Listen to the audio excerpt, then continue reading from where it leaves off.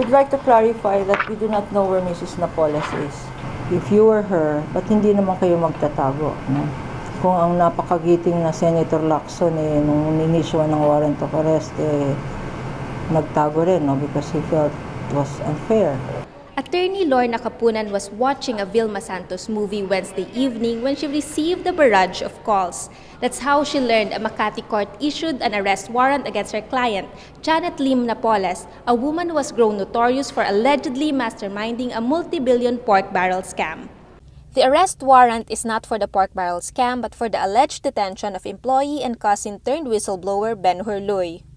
This relates to a case of illegal detention. Na ang Ben-Hur, who used to be in her employ, disappeared for I think 3 months to go on a retreat. This retreat was self-imposed. Ben-Hur himself said that he would atone for his sins, na bisto po siya na nagnanakaw sa company.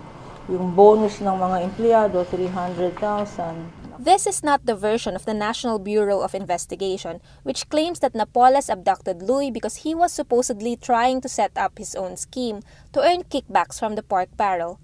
The NBI rescued Louis on March 22 from one of Napoles' condominiums in Taguig City. This begins his tell-all revelations about Napoles' supposed pork barrel scam. In July, the Philippine Daily Inquirer started its series on the story. The rest is history.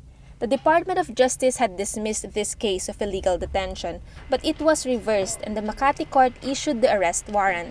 This is purely hearsay, and please ask the secretary if it's true or not. I also want to know if it is true or not that she called a marathon meeting saying that by all means you have to reverse this finding and file a case. By all means, dapat maaresto na yan. Kapunan says the arrest warrant came as a shock because no new evidence was presented to warrant the reversal of the earlier ruling.